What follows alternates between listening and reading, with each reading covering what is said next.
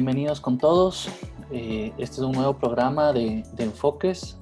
Hemos llegado ya al programa número 10, lo cual nos da mucha alegría. Comenzamos en un inicio pensando que íbamos a hacer 1 o 2 programas, pero esto ha tenido una buena iniciativa, bastante interés, y la idea es reflexionar sobre todo sobre la imagen y la arquitectura, y ha sido un grandísimo espacio. El día de hoy tenemos a 2 grandes invitados, a Mario Novas de Clivadenco Novas, una productora audiovisual que ha realizado largometrajes de cine y de arquitectura. Y tenemos a Pablo Casals Aguirre, fotógrafo y videógrafo de arquitectura de Chile. Así que bueno, es un placer tenerlos aquí en esta tarde de noche. Hola, Noche a gracias. todos. El día de hoy, el tema que hemos elegido es hablar sobre la imagen en movimiento en la arquitectura. Un tema que creo que ha causado bastante interés, sobre todo en los fotógrafos, porque estamos hablando de un lenguaje parecido pero diferente, y que muchos fotógrafos hoy en día han querido también pasar o intentar trabajar en el video o en el cine. Y queremos justamente saber cuáles son las diferencias, las dificultades, eh, lo que conlleva trabajar con la imagen en movimiento pasando de la imagen fija. Así que bueno, hemos querido justamente el día de hoy tener como 2 puntos de vista, uno más desde el largometraje y desde el cine, y otro desde los short films, de los cortos, de reportajes de obras. Y bueno, estábamos contentos de tener justamente a 2 grandes exponentes.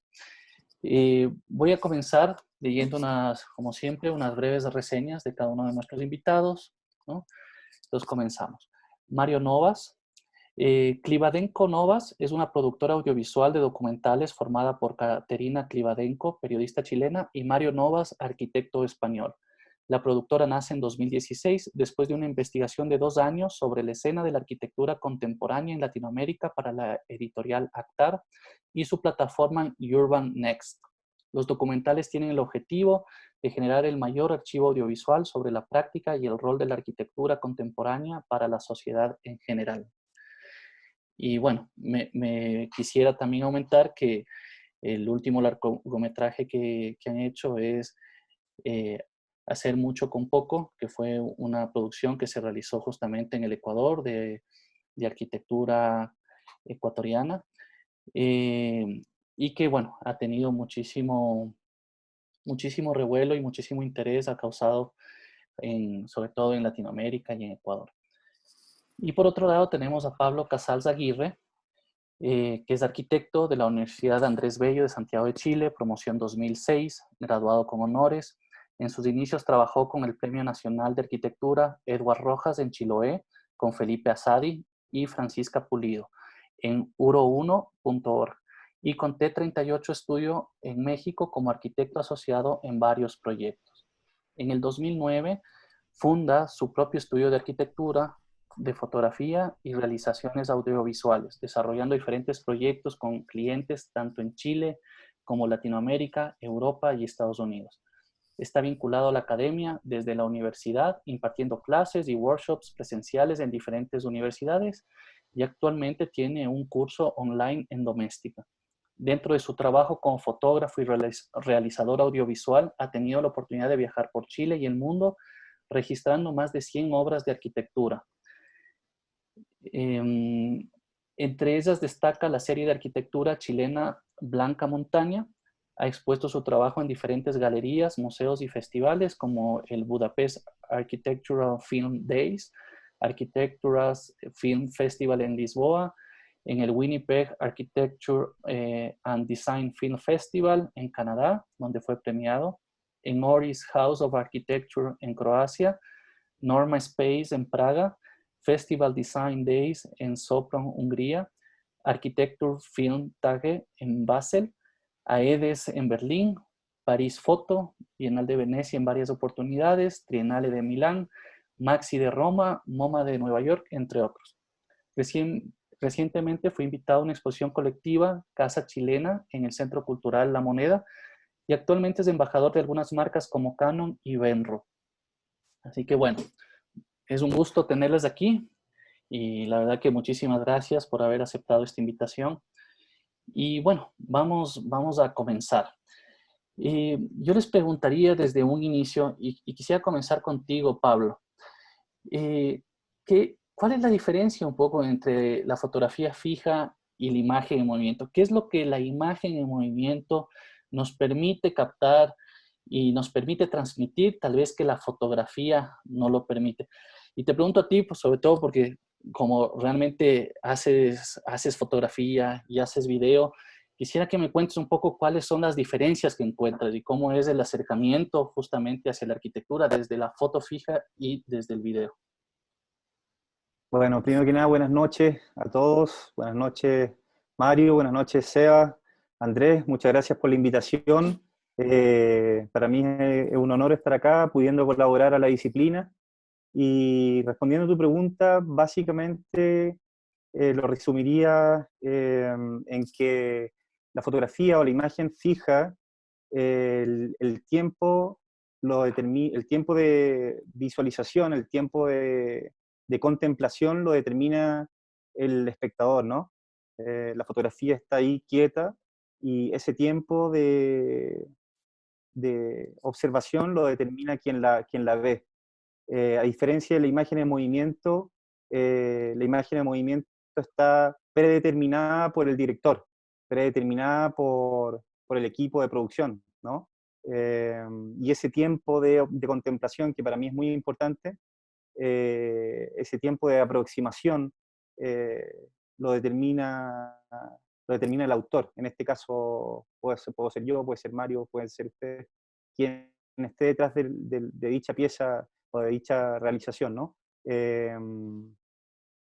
Además de eso, yo te diría que una pieza audiovisual o un corto, ¿no es cierto?, una película, un documental, está cargado de una emoción intrínseca que la da el lugar, la da el personaje, la da la historia.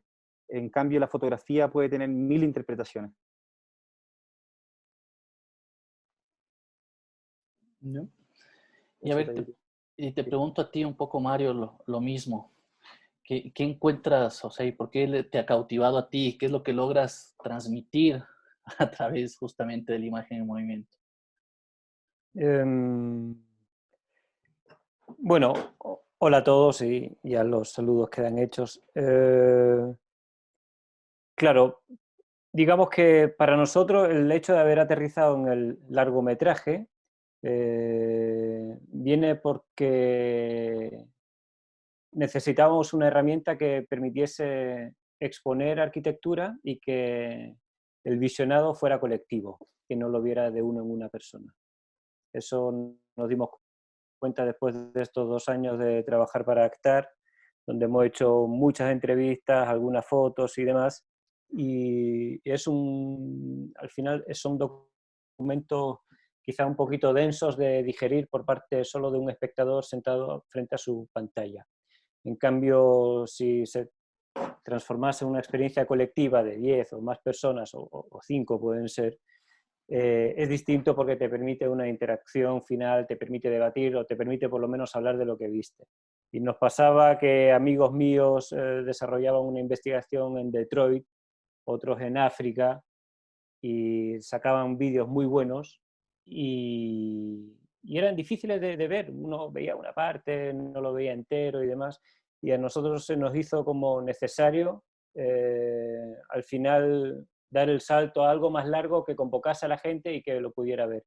Y eso, el nombre es el documental, ese fue nuestro interés por el documental. No somos grandes cinéfilos, nos faltaba ciertas referencias en el campo, y cuando nos empezamos a preparar un poquito para el primer largometraje, que fue este de Ecuador, teníamos muy claro dos cosas. Para nosotros, que no venimos desde el mundo de la fotografía, desde el mundo de la fotografía de arquitectura, lo que nos importa es la historia. Yo un poquito tuve cierta formación en historia, en estructura narrativa, la Cate también. Entonces nos era muy importante que al final la imagen en movimiento, sí, la imagen en movimiento es un vídeo, pero es un archivo audiovisual.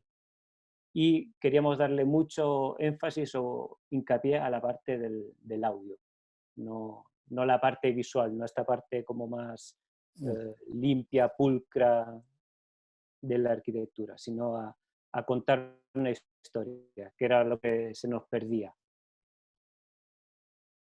¿No? Sí, ahí Mario acaba de tocar un tema súper importante que tiene que ver con el sonido. Yo poco a poco me he ido convenciendo con el hacer y ir, ¿no es cierto?, trabajando y avanzando mediante la prueba y el error, porque finalmente yo vengo del oficio de la arquitectura, no he estudiado ni cine ni fotografía, por lo tanto hay una constante búsqueda y como para complementar, creo que el audio, el sonido, la presencia del sonido en la pieza audiovisual, yo te diría que es el 60% de la pieza audiovisual. O sea, si tú le sacas, le desconectas el elemento, el input del sonido a la pieza audiovisual, no muere, ¿no? Porque está todavía la imagen, pero es un complemento, es un aditivo que te puede llevar, ¿no es cierto?, por lados insospechados. Tanto así que, por ejemplo, en mis primeras piezas de registro arquitectónico fueron todas con música. Y finalmente me empecé a dar cuenta que la música te precondicionaba demasiado quizás a veces, ¿no? Y es lo que vemos en los comerciales de televisión, que tú le pones una música uplifting que se llama, que es como que parte piola y va avanzando con un increchendo y te lleva para arriba, te lleva para abajo. Entonces, el sonido es un temazo. O sea, al principio, de las primeras piezas, por lo menos que yo trabajé, donde sí o sí siempre llevaba música, a las últimas que estoy haciendo ahora, donde estoy tratando de explorar un diseño sonoro, te diría que es el 60%, como dije antes, de la obra, de la pieza. Si no más. Sí, yo me imagino que obviamente empiezan a integrarse muchísimo más elementos que tienes que ser más no sé, también el tema de tiempos de producción me imagino que aumenta, ¿no? Que tal vez solo hacer la foto. Y en ese, Mario, te pregunto, con el video y con la película, sobre todo con la película que hicieron, ¿cuál era el objetivo de la película y cuáles eran las audiencias a las que querían llegar con esta película?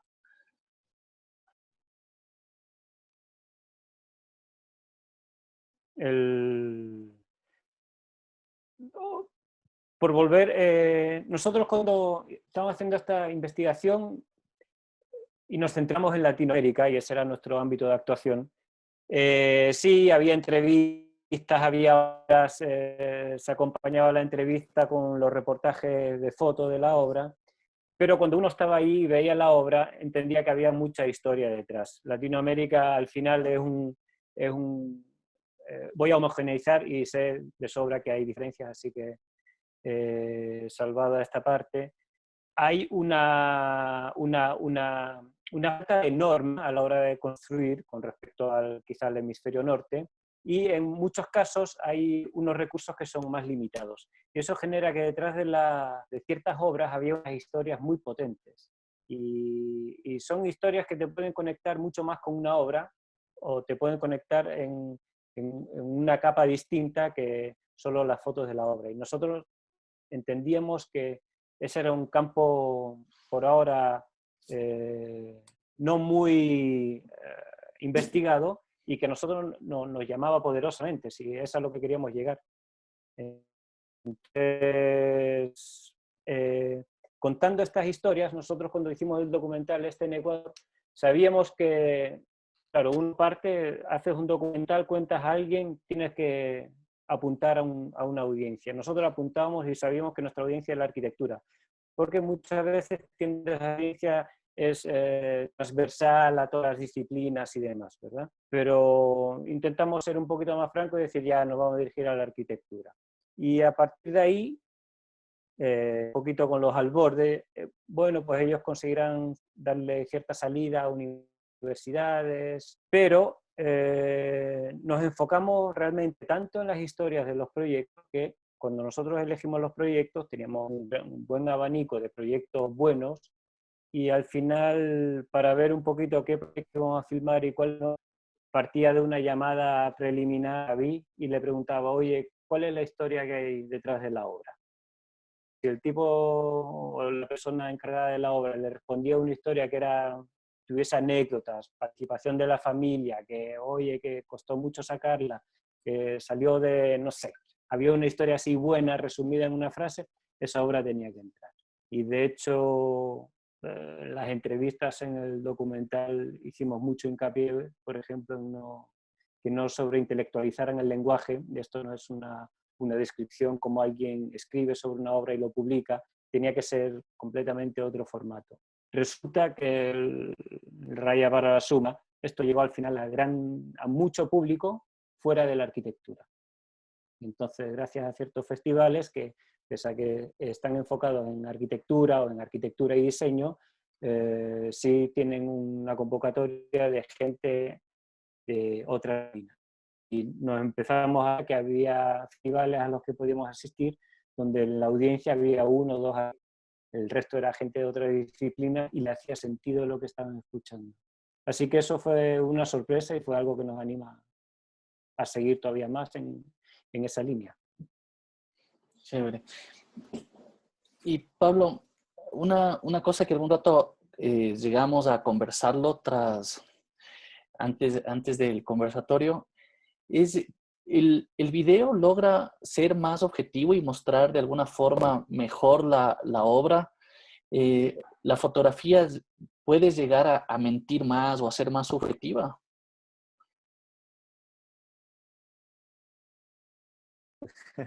Vamos a entrar en materia, Sebastián. Ya muy pronto.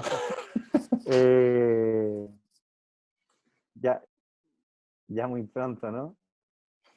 Oye, ¿está bien la conexión? ¿O tiene un lag?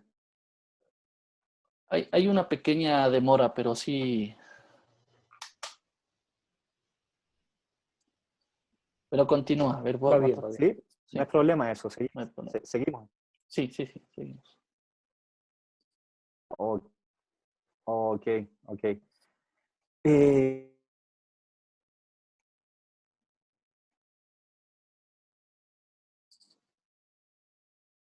A fotografiar una obra, al principio, más que a fotografiar, cuando documentaba una obra, ¿no? Siempre, a ver, me está diciendo que mi conexión es inestable. Yo no sé si ustedes están bien con la conexión. Ahí vamos todos. Sabes que sí se sí, te oye no un sé. poquito robotizado.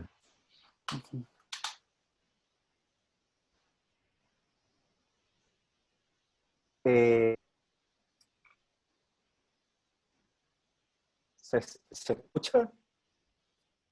Sí, se te escucha, Pablo. Sí, es que no sé por qué no está fideo. Yo no sé si cambio de red de Wi-Fi, yo no sé si se cortará el Zoom. Tal vez te toca volver. Posiblemente, pero te voy a conectar enseguida.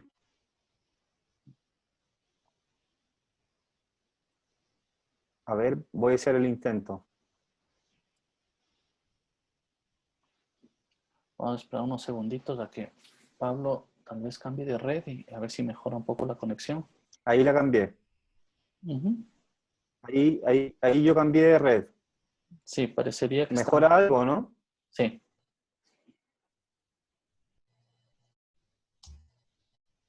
Bueno, en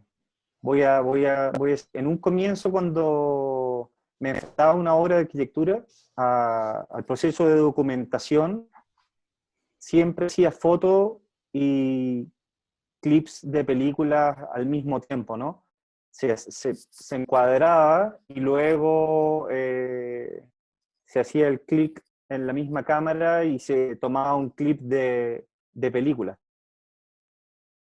Pero con el pasar del tiempo me di cuenta que es inviable esa comunión durante el mismo tiempo hacer foto y película.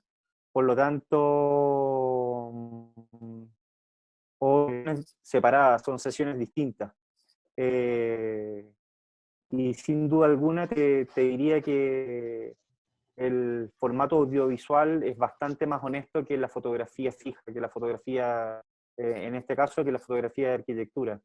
Principalmente porque yo, por lo menos en mi trabajo, no invierto mucho tiempo en postproducción, más que en la edición y el armado del corto, ¿no? Y el armado de un relato, de una narrativa que sea coherente, que pueda dar a entender la obra y ojalá poder contar una historia en ella, que transcurre en el edificio o en el proyecto, en el espacio público, en que sea. La fotografía de arquitectura, en cambio, sí hay que reconocer, ¿no?, que tiene mucho retoque, tiene mucho maquillaje, tiene mucho Photoshop, tiene mucho Lightroom, que el modelo aquí, que la luz, que el sofá, que la silla, que ese cuadro no me gusta. Hay muchas sesiones que yo voy con mis clientes que se desmantela por completo un living como era originalmente. Yo la verdad es que cuando son encargos,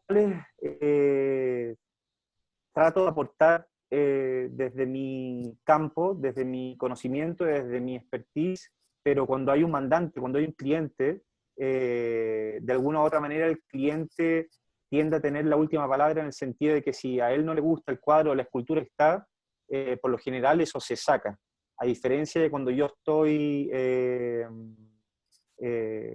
por mi cuenta solo, intento ser lo más honesto posible, es decir, no tocar nada.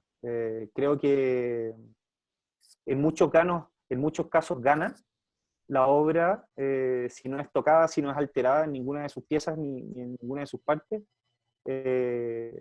Pero hay casos en que uno va a la sesión y se encuentra con una casa completamente modernista, impecable, pero con unos muebles que tú decís, oh, que son horribles. Entonces, ahí es donde uno empieza a meter el cincel y el martillo y empieza un poco a pulir y empieza a acomodar estas atmósferas, estas escenografías para que la fotografía propiamente tal sea lo más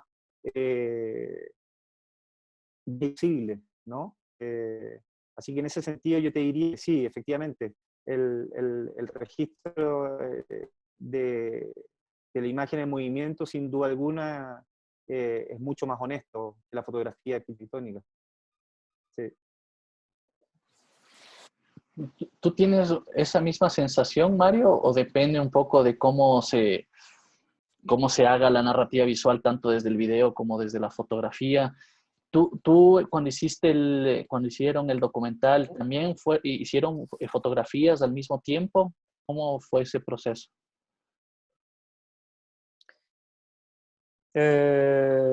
Coincido 100% con lo que Pablo. Sí. La fotografía es una imagen que se edita, uno le dedica bastante tiempo, digamos que a un frame, y vas al video y tienes 24 frames por segundo, es más difícil controlar. Obviamente no puedes estirar ciertas verticales en caso que lo necesites, o un cielo, y sobre todo el vídeo lo que no te da es, digamos que todo el rango dinámico que te puede dar una fotografía. Hacia un cielo, hacia una ventana, hacia un interior, te la tienes que jugar un poquito más en vídeo que en foto. Por otro lado, nosotros cuando, por ejemplo, hicimos lo del documental en Ecuador, filmamos alrededor de unas 40 obras Y al principio, cuando fuimos para allá, dijimos, ¿de qué forma filmamos para que el trabajo tenga cierto cuerpo, sea unitario? No fue muy difícil porque había obras en las que podíamos llegar y estar 2 días, 3 días, convivíamos con la familia. Eso genera mejores entrevistas, genera otro tipo de complicidad, genera que obviamente si estás 2, 3 días allí no vas a mover ni un solo pelo de la casa. Y hay otras obras que nos daban el acceso durante 3, 4 horas y ese era el tiempo que teníamos y había que tomarle una entrevista. Entonces te enfrentabas a cuestiones muy distintas. Y para nosotros el firmar la obra partió desde un poquito de la idea de decir, si tú visitas una obra, una casa, te vas, al cabo de 2, 3 días tú tienes una forma de recordar esa obra, un poquito por los materiales, ciertos espacios, obviamente no la recuerdas perfectamente, seguramente no sabrás cómo es en planta, no te acordarás perfectamente de todas las fachadas y eso da igual, pero te quedará como una sensación de que conoces esa obra. Y para nosotros ese fue al final la clave. Hay mucho de lo que hemos filmado que es cámara en mano, entonces ya a partir de ahí evitamos el trípode, encuadrar mucho, no había mucho como de seguimiento o pequeños planos, detalles, a veces mezclábamos video con algunos clips de fotos rápidas porque había ciertos detalles que nos parecían interesantes y en ese sentido fue muy libre. Nosotros, a diferencia de lo que es una fotografía y enfrentarse a una obra, como decía Pablo, nuestra misión no era retratar la obra de una forma objetiva y específica para que quedara perfectamente como reconocible, sino que esto era una capa más de la capa de información que venía con el audio, y entonces tenía que representar ciertas cosas más allá de cómo es la obra desde un punto de vista más objetivo, digamos. Y Pablo, y quisiera preguntarte, ¿cómo ha sido tu evolución tú llevas como 10 años, ¿no?, haciendo video? ¿Cómo ha ido la evolución de este lenguaje audiovisual? Justo ahora nos decías hace un rato que el sonido ha tomado un protagonismo, pero también a nivel de la imagen, ¿cómo ha ido cambiando? Si son los movimientos de cámara, si es el tema de contar la historia a través de un personaje. Eh, Cuéntanos un poquito de esta evolución. Buena, buena, Seba.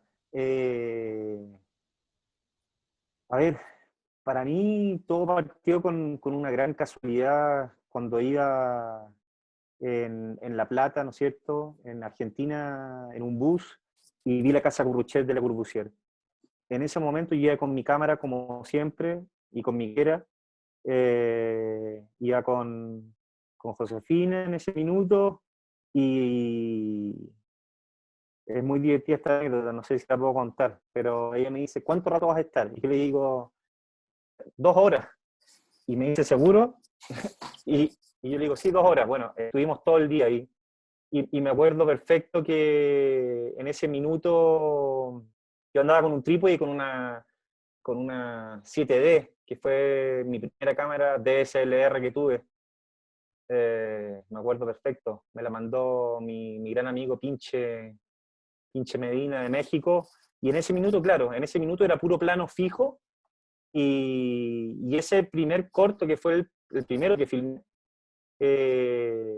hacía harto paneo, harto, ¿no es cierto?, harto plano del trípode en el mismo eje, movimientos muy sutiles, muy, me acuerdo perfecto, eso era máxima resolución Full HD, 1080 por 1920, y básicamente era registrar la obra de arquitectura tal y como era.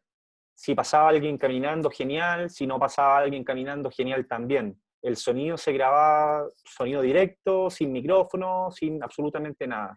24 cuadros por segundo. En ese minuto, la verdad es que no tenía ni una cuarta parte de los conocimientos que tengo ahora, es decir, no sabía realmente lo que eran los cuadros por segundo. Puse 1920 por 1080 porque sabía que era la máxima resolución que me daba la cámara. qué editar, llegué de vuelta a Chile y puse cómo editar un video, me apareció Windows Movie Maker en el momento, después, ¿a dónde lo subo? Bueno, está Vimeo, está YouTube, me pareció un poco más elegante Vimeo que YouTube, así que me armé una cuenta en Vimeo y lo subí. Luego, con el pasar del tiempo, después de eso, bueno, firmé Solk Institute de Louis Kahn, también por una casualidad, fui de visita a obra a México, a Tijuana, y me pasé a La Joya, en San Diego, donde está el Solk Institute, lo grabé, y lo mismo, plano fijo, paneo, y sería. Y si pasaban personajes que habitaban el plano, ¿no es cierto? Eran personas que pasaban de casualidad. Yo, la verdad es que no tenía un concepto narrativo en ningún caso, ni buscaba armar un relato en lo absoluto. Simplemente era un registro sumamente estricto y riguroso desde el punto de vista arquitectónico. Era una documentación, era prácticamente armar elevaciones en movimiento, donde incidía la luz como elemento, incidía la escala humana, la estructura y la textura. Y básicamente era un tema plástico lo que armaba. Hoy, en cambio, yo te diría, Seba, que la búsqueda va por otro lado. La búsqueda, sin duda alguna, está dada por la construcción de una narrativa, y ya la arquitectura ha pasado a un segundo plano. La arquitectura propiamente tal, si tú ves mis primeros trabajos del 2012, 2013 a un 2020, un 2019, son otra cosa, son lenguajes totalmente distintos. De hecho, por hoy, cuando me piden de repente mostrar cortos del 2012, 2013, hasta el 2014, los veo, busco en mis archivos o los busco en mi cuenta de Vimeo, y ya no me gustan. O sea, hoy estoy totalmente en otra búsqueda, que tiene que ver con lo que te dije antes, buscar que el edificado y que el acto humano que hace espacio cobre vida. En el caso, no sé, por decirte algo, en el caso de Remota, que es un edificio que filmé el año pasado en la Patagonia chilena, que pertenece a una serie que estoy haciendo del arquitecto Germán del Sol, me interesaba mucho más quedarme horas conversando con la señora Carmen, que era la dueña del terreno, y que la única condición que puso para vender el terreno fue que su casita quedara ahí mismo, en un sector del terreno. Entonces, cuando yo estaba filmando el hotel, me di cuenta que extrañamente en el mismo terreno había una casita. Y pregunté y me dijeron, no, esa es la señora Carmen, que es la dueña o la ex dueña de todo el predio donde se emplazaba el hotel. Y dije, ¿podré ir? Sí, claro, es muy amable. Fui, efectivamente, su hijo. Y me acuerdo que estuvimos ahí con Josefina filmando, no sé, 4 horas con la señora Carmen. 4 horas para finalmente sacar 1 o 2 que quedaron en el corto total. Y era muy lindo porque ella sintonizaba la radio, que en ese momento agarraba una emisora argentina, y se estaba tomando un tecito, y justo desde su ventana, con unas cortinas tejidas a crochet, se veía, ¿no es cierto?, este pabellón, este volumen, hotel, totalmente imponente, totalmente modernista, con líneas simples, pero circunscrito dentro de una ventana con cortinas a crochet. Es decir, acá es como un poco lo que hablábamos antes. Ya la perfección de la obra arquitectónica no me interesa tanto. Hoy me interesa mucho más tratar de construir una atmósfera, y que el relato, dentro de lo posible, tenga una narrativa. Es difícil para mí porque yo trabajo sin guión. Yo me imagino que Mario trabaja con un guión. Yo no tengo esa preconcepción de tener un guión al cual voy a respetar. Por lo general, cuando llego a la obra, salgo sin cámara, la recorro, después salgo con cámara en mano y poco a poco me voy empapando del lugar y voy viendo por dónde parto, siempre tratando de recorrer según el sentido del sol para aprovechar el tiempo, pero básicamente eso, o sea.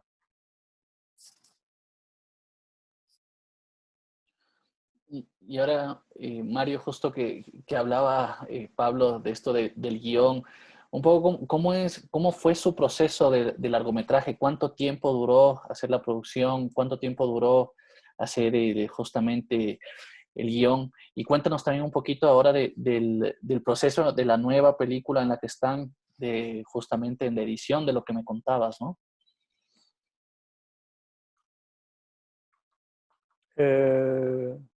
Mira, el documental este de Hacer mucho con poco, al ser el primero, nosotros nos preparamos unos 2 meses en cuanto a recopilar información, ponerse de acuerdo un poquito en cómo afrontarlo con los Alborde.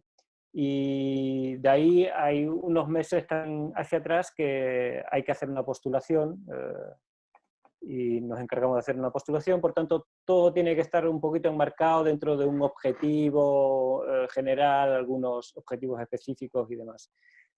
Y nosotros cuando vamos a Ecuador estamos 3 meses, 90 días, que es el plazo máximo que le permiten a un turista estar ahí.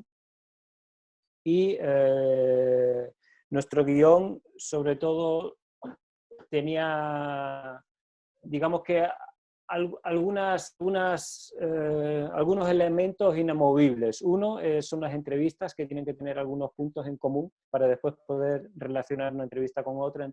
Por lo tanto, tiene que haber ciertas preguntas que sean susceptibles de poder repetirse a varios entrevistados. 2, sabíamos que había 2 tipos de personajes, unos que eran los que se relacionaban con una obra, bien sea los que la habitan, la comunidad o los arquitectos, y otros personajes que no estaban representados como autores de obras, sino que eran unas voces de expertos que nosotros introducíamos y que nos venía a ayudar un poquito a hacer este link, a veces de lo que contaban los arquitectos o los habitantes, con el espectador, cierta gente que era capaz de explicar lo que estaba pasando ahí de otra forma. Por eso era interesante incorporar un personaje extranjero que no tuviese relación con Ecuador, y por ahí también fue importante incorporar pues, a Solano, a Wilfred Wang y demás, porque te da como aterriza lo que estás viendo con respecto a una audiencia que no sea propia del Ecuador. Y digamos que después de los 3 meses de allí, pasó algo que al principio nosotros íbamos a filmar solo las obras de Alborde. Entonces iba a ser un trabajo mucho más pausado, estando con ellos. Y allá nos empiezan a contar que se está produciendo como un trabajo más en red. Y en verdad lo veíamos en la oficina de Alborde, que venía el de la oficina no sé dónde, que cuando nos movíamos como que todos se conocían, que estaban estos Arquitur. Había un concepto de compartir clientes, compartir obras, compartir conocimiento, que es difícil encontrarlo en otro país. Con lo cual nos abrimos a muchos arquitectos, y cuando volvimos a Barcelona para la edición, que hemos vuelto en mayo, y la edición la terminamos a finales de noviembre. El desafío era que esto no fuese un catálogo de arquitectura, saber unir esto de alguna forma en una historia que le diese unidad. Eso era. Piensa que teníamos por encima de las 70 entrevistas y por encima de 40 proyectos, entonces hay que ver un poquito cuáles van, cuáles no van.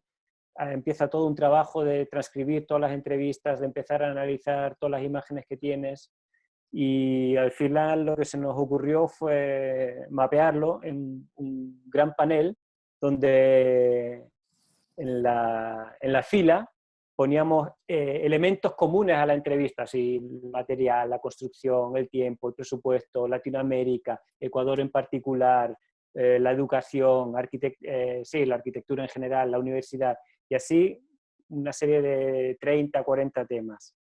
Y en las columnas hemos empezado a poner todos los protagonistas y todas las obras. Entonces, a partir de ahí que veíamos que, mira, esta obra empieza a hablar mucho de estos temas se relacionan con esto, empezamos a detectar ciertos, digamos, como puntos, como casi mapas de calor, y ahí pudimos generar como una suerte de hilo. En documental, el documental generalmente se divide como en 3 grandes grupos, ¿no? Que uno es el documental verité, donde uno graba y la acción pasa delante de lo que grabas. Uno no genera una entrevista con el personaje. Y por otro lado, que digamos que por un lado pueden ser como los documentales más de autor, los que son más difíciles, los que te exigen más tiempo de presencia allí.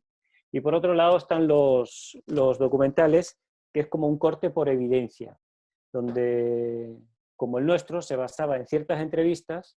Una vez que tenías claras esas entrevistas, qué frases sacabas de aquí, esta frase se relaciona con la otra, con qué vas acompañando. Pero el gran trabajo de hacer el guión final es entender esas frases y cómo esta frase se relacionaba con la otra y cómo de esto se podían ir inscribiendo en bloques, cada vez un bloque más grande, y al final que diesen en el documental. Entonces ese proceso es bastante largo, bastante tedioso, hay mucho de trabajo mecánico, transcribir 70 entrevistas realmente lleva mucho tiempo, y eso es lo que un poquito te da la unidad, digamos, ¿no? Y dentro claro, nuestro proyecto, en el de Ecuador, nuestro documental, era montaje por edición, eso es lo único que teníamos claro. Y las obras eran tan buenas que no necesitamos hacer gran cosa, ojalá contarlo bien.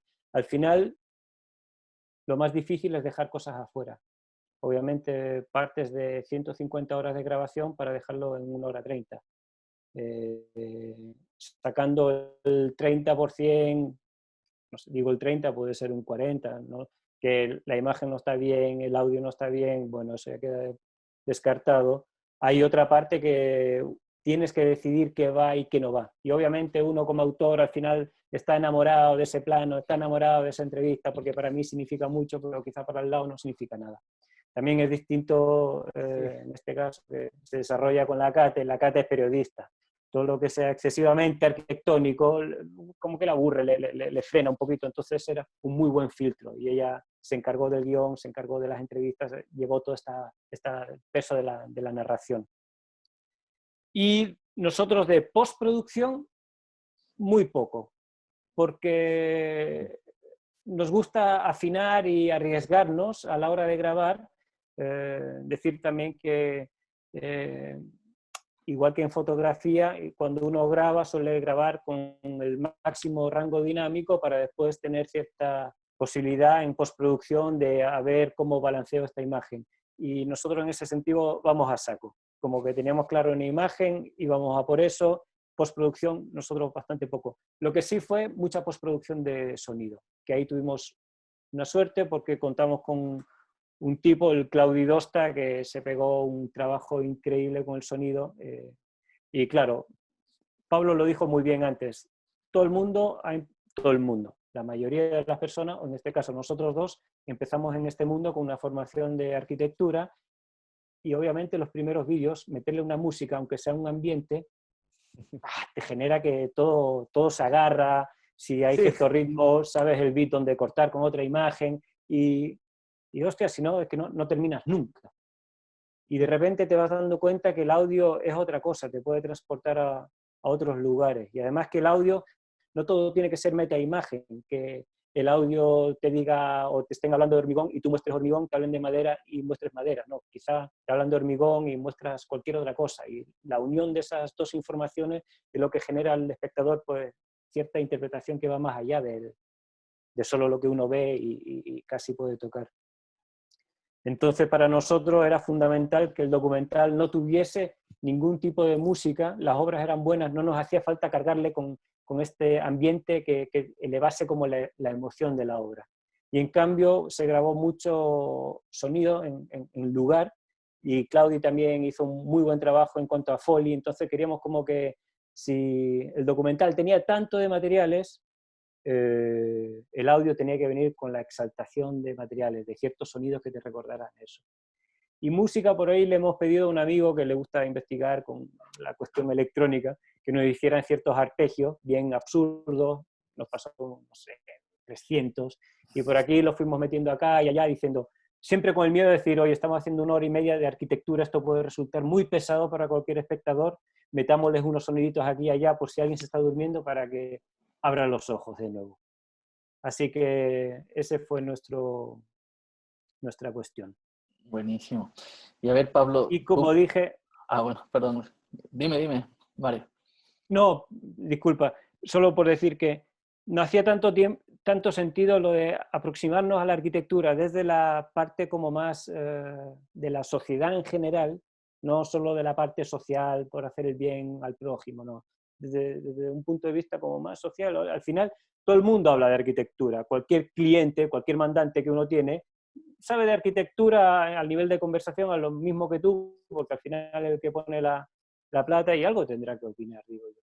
Entonces pasaba mucho que en esta información de arquitectura muchas veces es de arquitectura para arquitectos y pegar como una brecha e intentar salir, parece que en cierta forma lo hemos conseguido y en este documental estamos intentando hacer algo como con verité, con lo cual es algo nada que ver, nos hemos enfrentado a un mundo muy distinto, muchas veces hemos no menospreciado, pero parece que, claro, la tecnología te permite que haces un clic a la cámara y ya no haces una foto, sino que estás grabando un video y al final el lenguaje cinematográfico es una cuestión súper profunda y que realmente grabar un buen paneo no sale así como así. Hay que grabar y después hay que reflexionar por qué usas un paneo y es una cuestión como que te da chance de investigar y meterte y ahí a medida que te metes es muy fácil que uno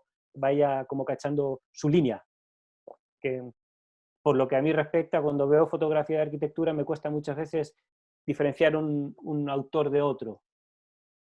Pero en cambio cuando veo ciertos videos, no soy ni el más entrenado ni mucho menos, pero te puedes dar cuenta que, mira, este tipo como que pilla estos elementos y se mete por ahí. Y este otro pilló los mismos pero se va por aquí. Y hay otro que pilló otros elementos nada que ver. No, eso era. Perdón que me extendí. No, está súper bien. No, No, al está final, perfecto. un poco la clave y lo que hemos hablado muchísimo en estos programas ha sido el tema de también de cómo poder, incluso desde la fotografía de arquitectura, cómo poder crear una narrativa propia, ¿no? Y que cómo crear un estilo propio y eso es algo súper difícil, ¿no? Y hoy día en un mundo con tanta masificación de imágenes y de información, a veces se vuelve más difícil aún, ¿no? Porque, y a ver, Pablo, cuéntanos un poquito cómo es tu proceso. Ahora nos ha contado Mario, cuando haces un corto, por ejemplo, en la fotografía uno hoy en día con el tema digital uno suele fotografiar bastante y después edita muchísimo las fotos. No sé si ese es tu caso, pero en el video es igual o realmente uno hace las tomas precisas en tu caso o hay muchísimo material que descartas después, más allá que dices que vas sin un guión predeterminado. Eh, Cuéntame cómo es esa parte de tu proceso. Sí, mira,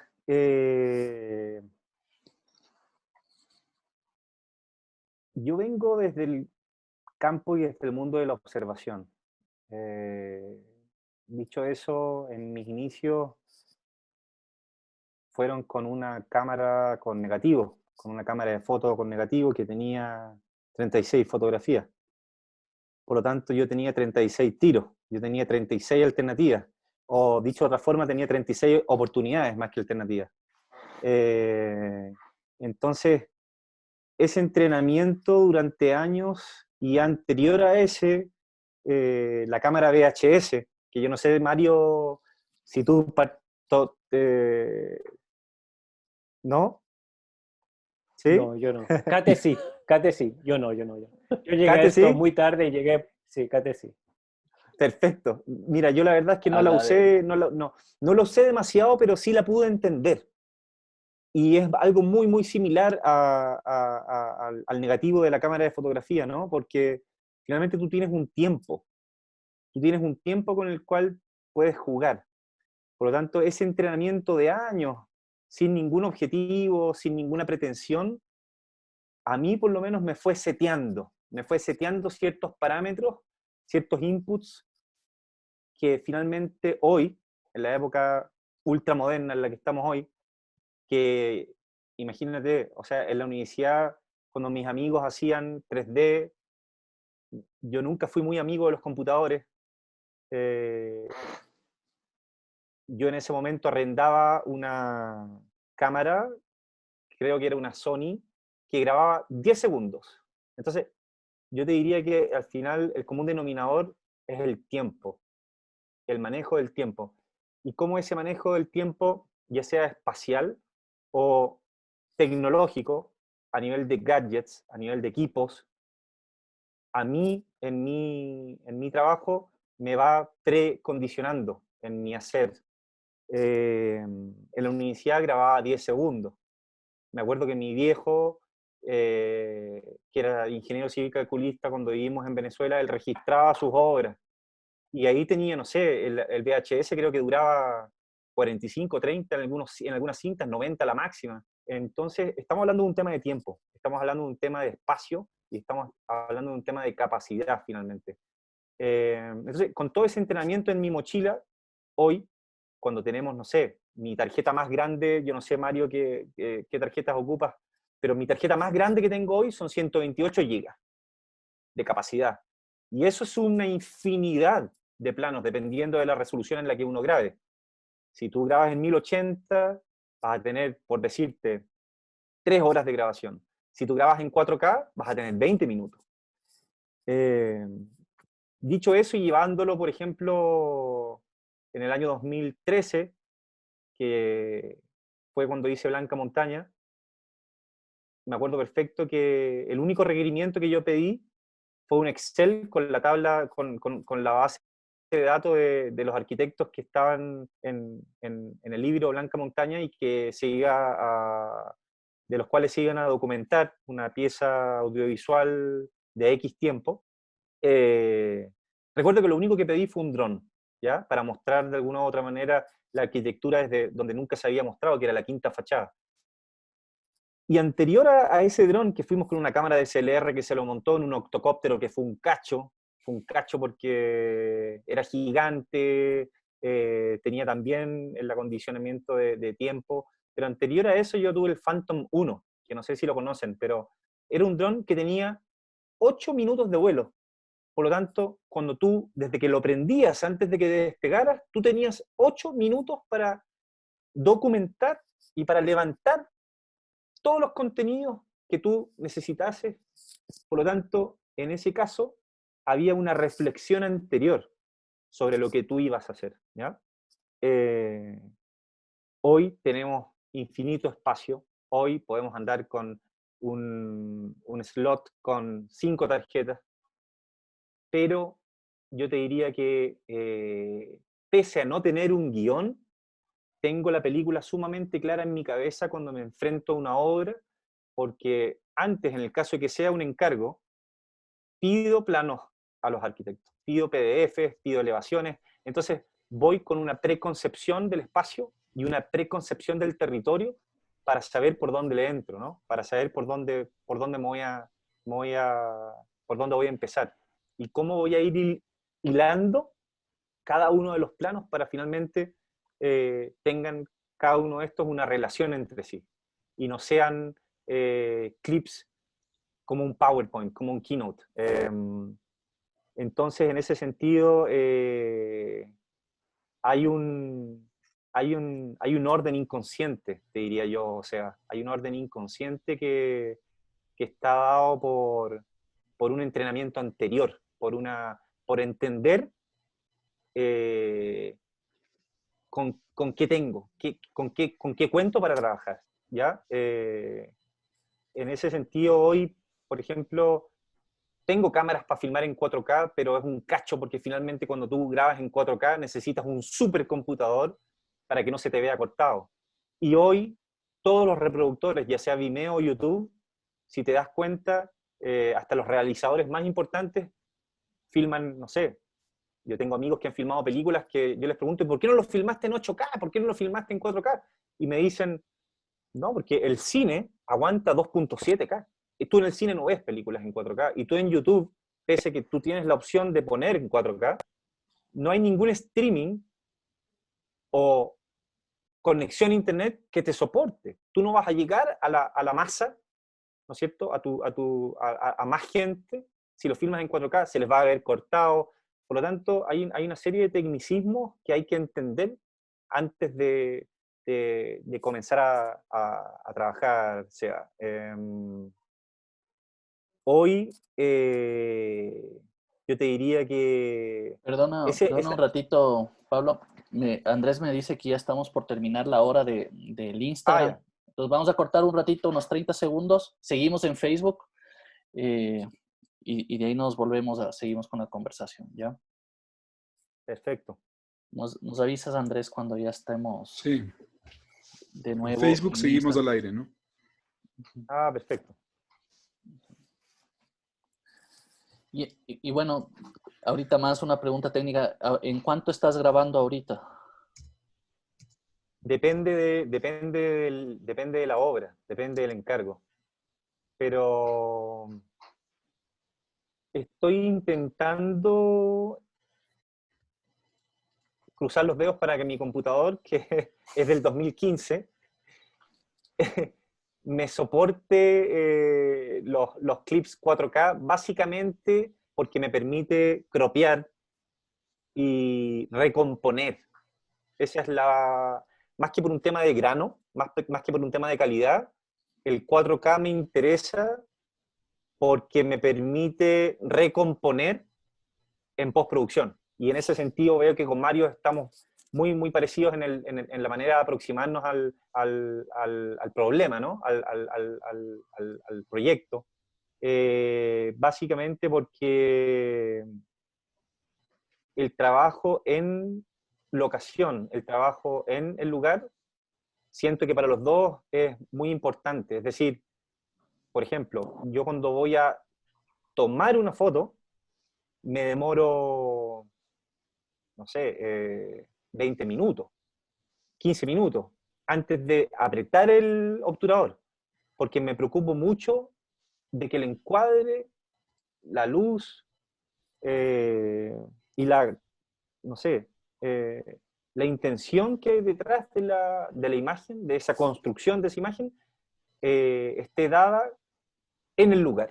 No, no me gusta mucho la postproducción a mí, no soy muy, muy amigo de la postproducción. Así que la gran mayoría de los trabajos los grabo en 1080 por 1920 y en algunos casos, dependiendo de la obra, lo grabo en 4K SEA. ¿Ya? Ya.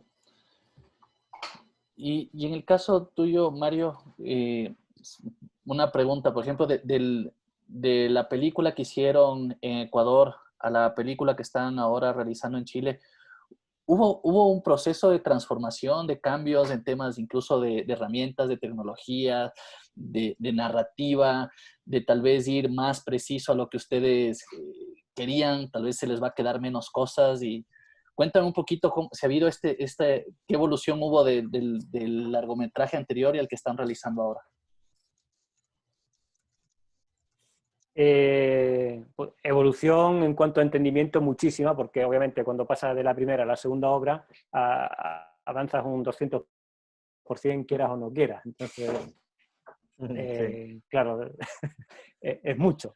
Por ejemplo, esta segunda obra transcurre aquí en el entorno rural, un poquito en el límite entre Curicó y Talca, y es un alumno de Talca que se enfrenta a hacer su proyecto fin de carrera en un pueblo completamente perdido. Y para nosotros un poquito al final esto recogía como el ambiente, ¿no? El territorio, lo rural, que uno se adentra en lo rural y especialmente las cosas están como más paradas en el tiempo. Y entonces, de la misma forma que antes ir a ver una obra era un poquito, ya lo vamos a filmar para que sea como una suerte de experiencia de alguien que vino, la paseó y se fue, un poquito con la idea que se queda en la cabeza. Ahora la idea fue, ¿qué pasa si el territorio tuviera ojos y se estuviese mirando a sí mismo, mientras que hay aquí un alumno que está construyendo una cuestión? Entonces, son otros planos. Esta es completamente imagen estática. Todo es con trípode y todas las imágenes son estáticas. El movimiento de cámara es mínimo, apenas lo dejamos, sobre todo porque en cuanto a la configuración de la cámara, el anterior y este trabajamos con la misma cámara, que es una 5D Mark III. Lo que sí le enganchamos es un Ninja que nos permite como unos codecs y una profundidad de color de 422. Esto significa que por cada píxel tengo mucha más información de color, digamos. No aumento la resolución, pero sí consigo más color. Entonces, manejar esto necesitaría un trípode pues, de video, y son unos trípodes más pesados que cuesta más manejarlo, y no tenemos ese trípode, y la verdad que por eso mantuvimos una foto también, unas tomas fijas, porque al final, en función del peso de la cámara y el tipo de trípode, para qué peso está hecha esta rótula, es lo que te va a permitir un movimiento mejor o un movimiento peor, además de mucha práctica y de repetir y repetir, repetir. Nosotros la práctica no lo tenemos, así que lo que hemos hecho fue una filmación adaptándola a nuestro equipo. Donde invertimos un poquito la plata fue en mejor sonido. Que al final el tema del sonido, si uno se mete y quiere meterse ahí a lo pro, te chupa más plata que la imagen, porque esto es una locura. Y entonces, en su día estuvo una conferencia de un tipo, un fotógrafo, se llama Chema Salvans, que para mí es uno como de los íconos, y decía, mira, al final uno casi, no es que da igual con que trabajes la máquina en sí, sino que tú entiendas si estás trabajando con un objetivo muy abierto, necesitas estar cerca del personaje, porque si no el personaje aparece en un punto. En cambio, si estás trabajando con tele, pues estás trabajando como más desde lejos. Es una obviedad lo que digo, pero lo que se traduce es que de la misma forma que una obra de arquitectura no va a ser mejor si se hace con ladrillo o si se hace con madera, es mejor en tanto que uno haya entendido con qué se va a hacer y a eso le intente sacar todo el provecho. Partiendo de un mínimo. Obviamente el 2K es un mínimo, y si uno sube a 4K, en el momento que estamos hoy, Pablo lo explicó muy bien. Así, todavía no, las reproducciones no están preparadas para el 4K, lo que sí te permite el 4K es volver a recomponer esa imagen, y a veces cuando ya no estás allí, tener la opción de recomponer es muy buena.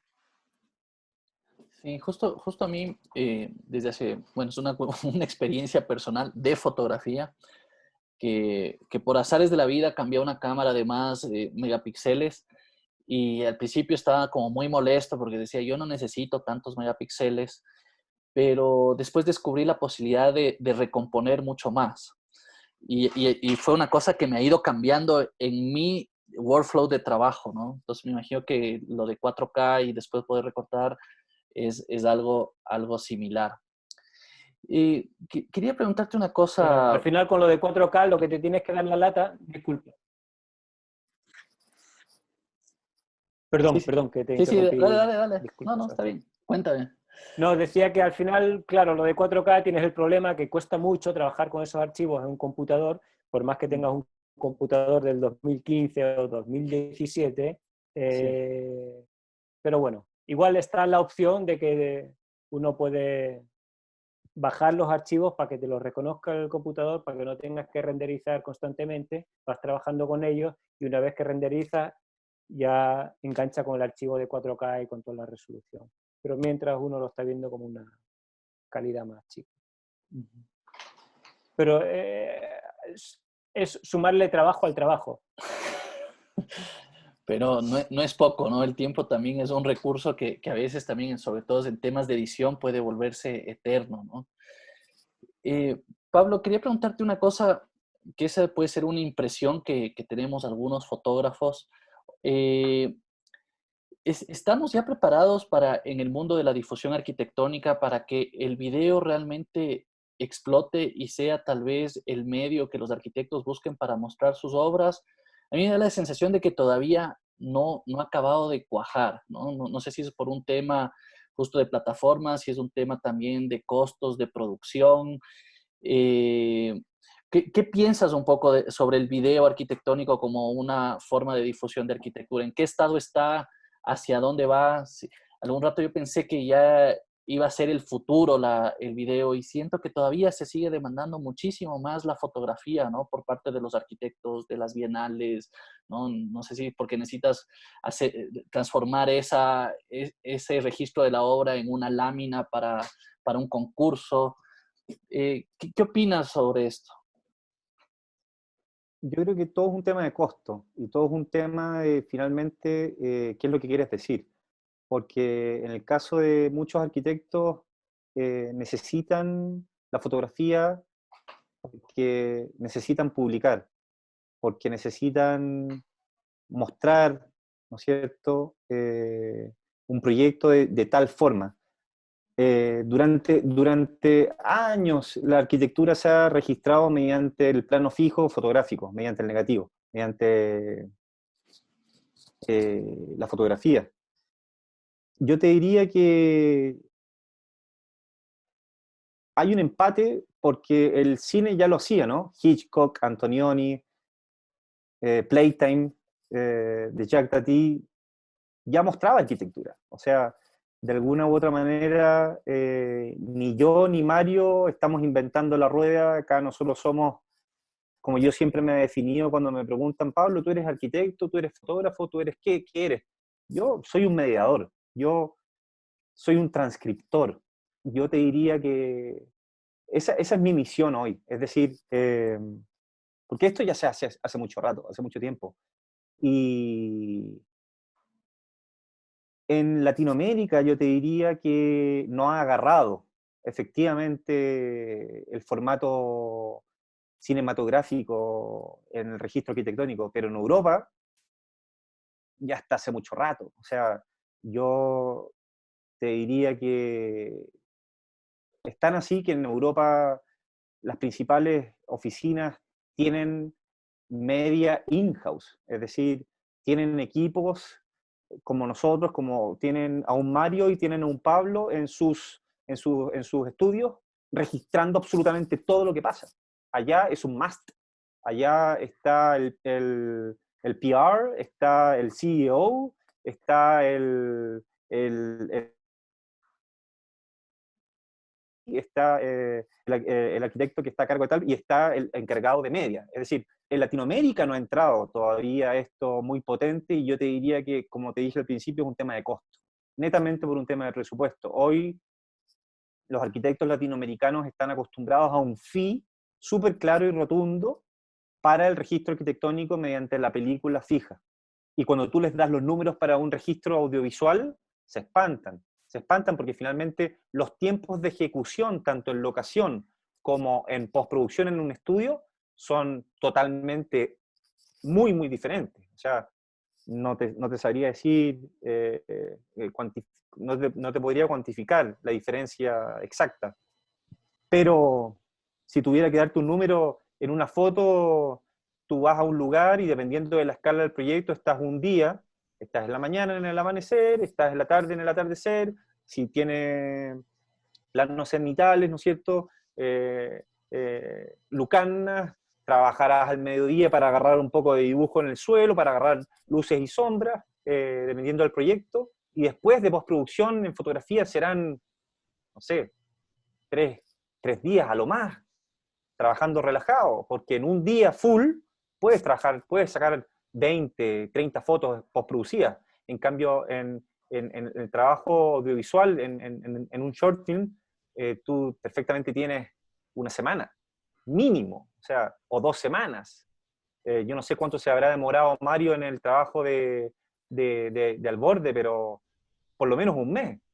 Yo para Blanca Montaña, por ejemplo, que filmé 13 obras de arquitectura a lo largo de todo Chile, estuve 20 días viajando un poco menos, como 15 días viajando, y en 5 días tuve que editar 13 piezas de arquitectura con entrevista, con musicalización original y con la edición de cada pieza, ¿no? Entonces yo te diría eso, yo te diría que en Europa son más asiduos al encargo del registro audiovisual que en Latinoamérica. En Latinoamérica todavía es algo que efectivamente, tal y como tú dices, no ha entrado muy, muy fuerte. De hecho, acá en Latinoamérica yo tengo más encargos de foto que de película, a diferencia en Europa y en Estados Unidos que tengo más encargos de película que de foto.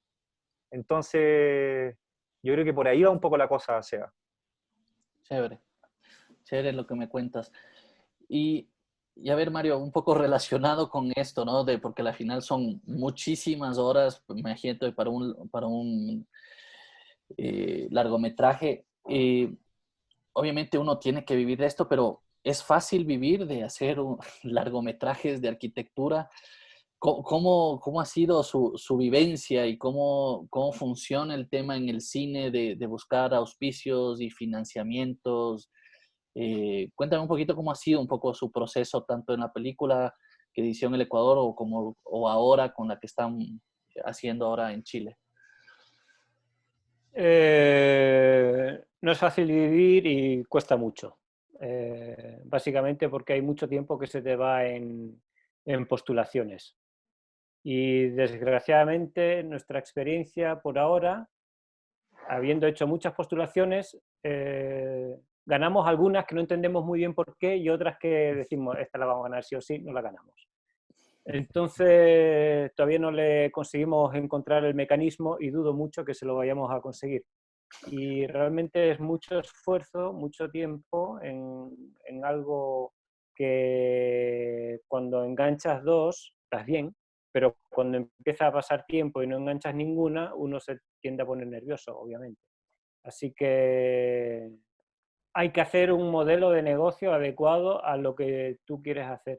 Eso creo que es lo que un poquito está pasando. Nosotros en la obra de Ecuador tuvimos suerte, ganamos un fondo concursable del Ministerio de Cultura y nos pagaba todo el paquete, más o menos, porque al final uno igual tiene que meterle más horas de lo que son cobrables, digamos, y además que ahí nunca estuvo contemplada la difusión y fue un elemento nuevo que difundir una pieza audiovisual no solo exige tiempo, sino que exige plata en efectivo, porque a los festivales, a muchos de ellos, hay que entrar con plata.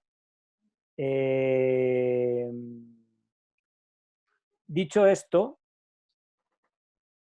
nosotros en este segundo documental quisimos abandonar más la arquitectura y entrar más desde el cine. Entonces nos asociamos con una productora y los fondos a los que postulamos son fondos de cine. Es decir, una obra audiovisual, nosotros un documental lo conseguiríamos hacer en un plazo de 1 año, entendemos que ese sería un tiempo bueno por la experiencia que tuvimos en Ecuador, de ir, filmar, volver, editar, transcribir, bla, bla, bla, todo eso, resumido 1 año, 2 meses. En cine no existe este plazo, los plazos son a partir de 4 años. Y los presupuestos están inflados a 4 años.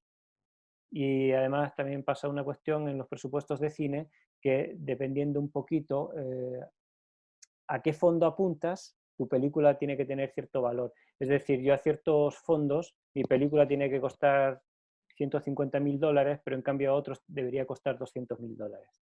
Entonces, esto pasa constantemente en todos. Si uno tiene la suerte y que llega a Netflix y poder presentarle un proyecto a Netflix, los proyectos, muchos de ellos, son muchísimo más elevados. Y no, esto en entrevistas con distribuidoras y demás nos contaban que tienen que multiplicar cada ítem a veces por 4 para llegar a Netflix. Entonces, es todo muy variable y se entiende que desde el mundo del cine, obviamente tú no vas a hacer una obra cada año, por tanto, deberías tener un sueldo muy bueno porque tu trabajo se dilata mucho en el tiempo. En nuestro caso, esta segunda obra sí fue por cine, tuvimos suerte, ganamos un Corfo, tuvimos suerte, ganamos un Ibermedia y tuvimos suerte y ganamos otro par de premios.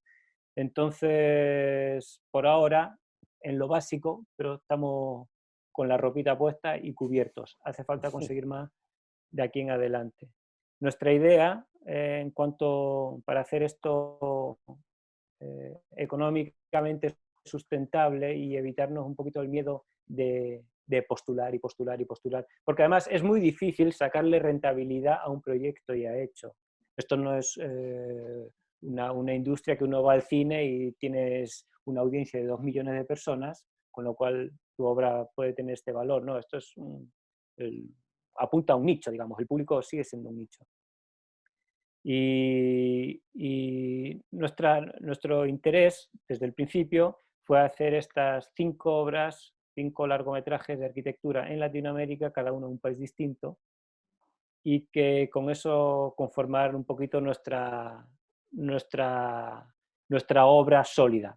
Y a partir de ahí estamos entendiendo un poquito por dónde ha tenido estas buenas salidas. Entonces, nosotros con hacer mucho con poco hemos llegado a muchos museos de arte contemporáneo del hemisferio norte, hemos llegado a mucho interés en Australia, hemos llegado a mucho interés en Nueva York, en Miami, cuestiones que nos quedaban un poquito, nos parecían raras.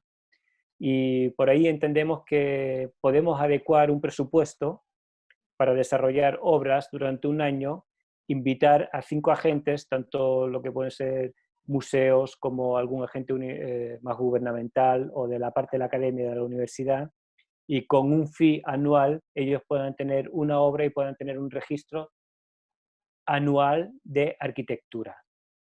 Es decir, un poquito lo que contaba Pablo con este equipo dentro de la oficina que lo va registrando todo y por tanto yo estoy asegurado que lo tengo todo registrado. Bueno, pues esto sería intentar tener una obra relativamente sólida para poder presentarte como un elemento fiable, no solo que hiciste un documental, sino que tienes cierta trayectoria, y que con un fee de 5 o 6 organismos se nos permite desarrollar trabajos, no perder tiempo en postulaciones, y estos 5 o 6 organismos van teniendo dentro de su archivo un largometraje documental que tiene acceso a 20, 30 festivales al año y ellos pueden mostrarlo. Entonces, nuestra mirada por ahora está enfocada de esta forma, que es básicamente buscar el modelo de negocio que se adecua a tu campo de investigación, digamos, o a lo que tú quieres hacer con tu vida. Perfecto. Y en tu caso, Pablo, ¿cómo es el tema de tus clientes? O sea, yo me imagino que por un lado debes tener arquitectos o son también empresas pero también tengo entendido que también tienes tus proyectos personales de video que también han estado en festivales. ¿Cómo has logrado un poco sobrellevar como que estos dos caminos o se fusionan o van por caminos paralelos? Cuéntame un poquito. Sí, es divertido porque finalmente uno hace lo que le apasiona. Uno hace lo que... Yo tengo la suerte, por lo menos, de hacer lo que más me gusta hacer. Y no sé si fue casualidad porque no creo en ellas, pero finalmente con el correr del tiempo yo me he dedicado a hacer. Recién ahora, después de, no sé, 8 o 9 años de estar constantemente tomando trabajos por todos lados, estoy tratando de encontrar un hilo, ¿no es cierto? Que es lo que hablaba Mario antes, encontrar un norte, encontrar un rumbo. Finalmente es como, dicho en simple, qué es lo que quiero decir, qué es lo que quiero transmitir. Y lo decía antes en este conversatorio, ¿no? Cuando antes editaba y llegaba al computador y lo primero que hacía era buscar una música. Hoy lo último que hago es eso, no me interesa.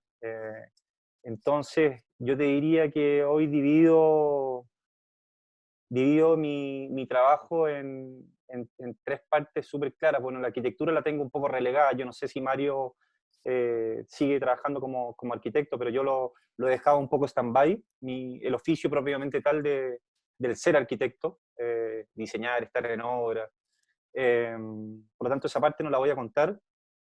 Entonces estoy 33.3 periódico en la academia, 33.3 en la fotografía y en las realizaciones audiovisuales. Y la tercera patita yo te diría que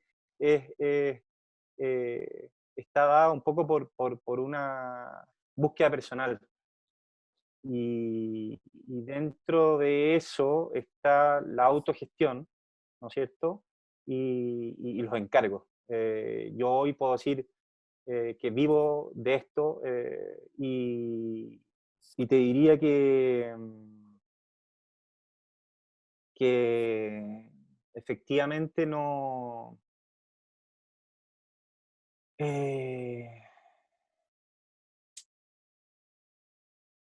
va, no es fácil, no es fácil poder hacer lo que te gusta, pero ahí vamos, ahí vamos. Yo te diría que eh, por ahí va a ser, no... Y por ejemplo, ¿cómo ha sido tu experiencia con el tema de festivales? Sí,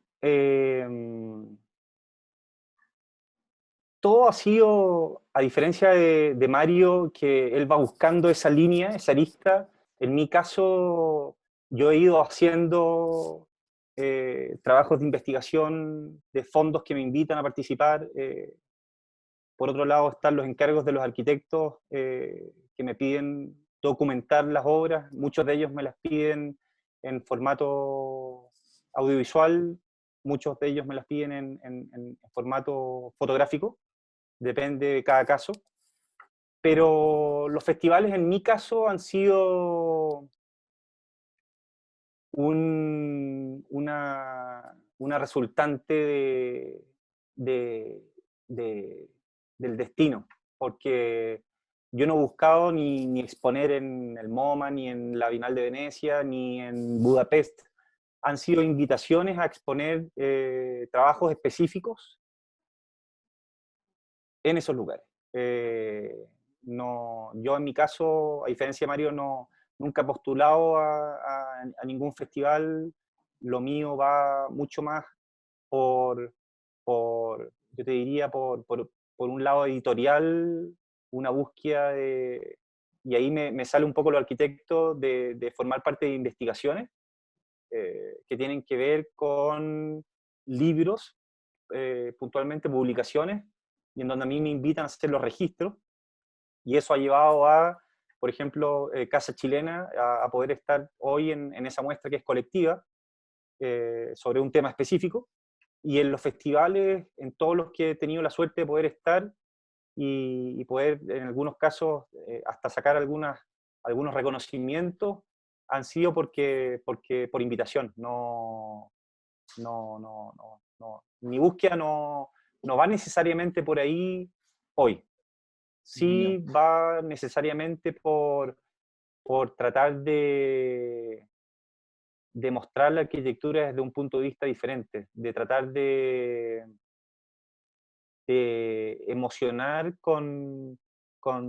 a través de la imagen en movimiento, a través de una narrativa, por muchos pasajes bastante sensorial, por otro lado, en muchos casos bastante rigurosa en su documentación, pero eso principalmente sea. Dale. Y Mario, tal vez volviendo a una pregunta que una parte ya nos has hablado cuando yo te preguntaba un poco por las audiencias, pero ¿cuál es un poco el objetivo final o la esencia por la cual están haciendo estos documentales? ¿Qué es lo que quieren decir? ¿Es a las sociedades? ¿Es al mundo de la arquitectura? ¿Buscan transformar algo? ¿Buscan dejar un mensaje? ¿Qué es ese motor que les mueve para estar en este mundo del cine y del documental relacionado con la arquitectura?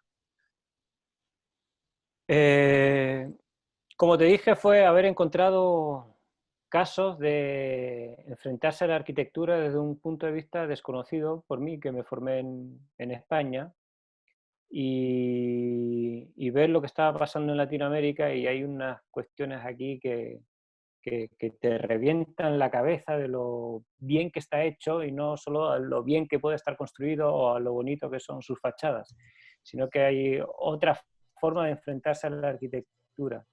Lo que nos llevó a pensar que en un mundo sobrepoblado de arquitectos, donde cuando terminas la carrera te vas a trabajar en una oficina grande y de repente ves que aquí en Latinoamérica cada vez hay más gente buscando su propio futuro, enfrentándose a lo que quieren hacer, a intentar vivir de lo que quieren hacer, que es de lo que estábamos hablando antes, y que de alguna forma lo han conseguido en un mundo donde obviamente tienen en un principio, a priori, más dificultades que en el hemisferio norte, ya que los recursos económicos, la plata en sí, no es la misma la que se mueve arriba de la que se mueve abajo, y por otro lado la falta de normativa hace que mucha gente que quiera ampliar su casa o hacer su casa no necesita contratar a un arquitecto, se lo da a un maestro y el maestro se lo hace. Entonces te tienes que hacer válido como arquitecto con otros caminos. No eres válido en el sentido que estás registrado en un colegio de arquitectos y se necesita de tu firma y de tu ejecución. La norma no te avala, te tienes que avalar tú a ti mismo. Eso nos pareció muy interesante, y nos parece muy interesante especialmente en un contexto donde, digamos que de forma global, la arquitectura se enseña igual. No hay mucha diferencia, obviamente hay ciertas diferencias, pero no hay mucha diferencia en cuanto al arquitecto que se prepara según qué universidad. Por ahí puede haber algunas más originales que otras, pero en general no hay mucha diferencia. Y cuesta mucho encontrar gente que se ha enfrentado a la arquitectura desde una forma distinta. Es decir, Pablo dice, sí, mi trabajo de arquitecto, en cuanto a construcción, diseño, lo he dejado de lado, pero al final tenemos una formación que, después de que Europa surgiera la crisis del 2008, tu formación, digamos que tiene ciertas cualidades, y hay que entender esas cualidades. Y muchas veces nosotros aplicamos nuestra formación hoy en día dentro de un panorama completamente endogámico. Hablamos de arquitectura para arquitectos, diseñamos para arquitectos, fotografiamos arquitectura para arquitectos o hacemos de vídeos para arquitectos. Entonces, una vez que uno rompe como un poquito esa burbuja, por ahí creo que hay mucho por donde uno puede salir. La casualidad que yo cuando vine a Chile, que vine de una experiencia en Bélgica, la oficina donde trabajé no era una oficina de arquitectura, sino que era una oficina de branding. Se movía con, digamos, como recursos estratégicos, las marcas, estaba muy metida en el tema de la innovación, y he visto que el diseño en sí como disciplina ha evolucionado. Nadie dice, no, diseñador, yo miro una jarra y le hago una cuestión más bonita y que esta curva no sea así, sino que un poquito más larga, y fíjate que le hago un volado a la jarrita de 30 centímetros. No, hay mucha parte del diseño que dijeron, no, ¿cómo nos enfrentamos al mundo? Empezaron a sacar distintos géneros del diseño, desde el diseño de experiencias, el diseño para la innovación, gente aplicando el diseño a la economía. Entonces, eso realmente, al final, lo que me dio a entender fue que en la arquitectura hemos sido un poquito más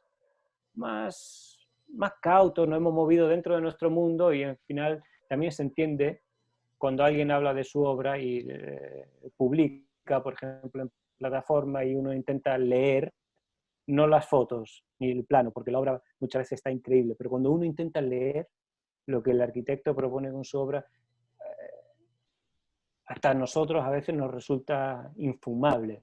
Entonces, quiero decir, si salimos de ese mundo, la arquitectura y tu formación se puede nutrir de muchas más cosas y puede ser útil en miles de contextos distintos. Sí, creo que Pablo sigue siendo arquitecto a la hora de hacer fotografía o a la hora de hacer vídeo, porque al final tiene cierta formación, tiene un ojo educado de cierta forma y le va a dar como la originalidad y su propia forma de enfrentarse al trabajo.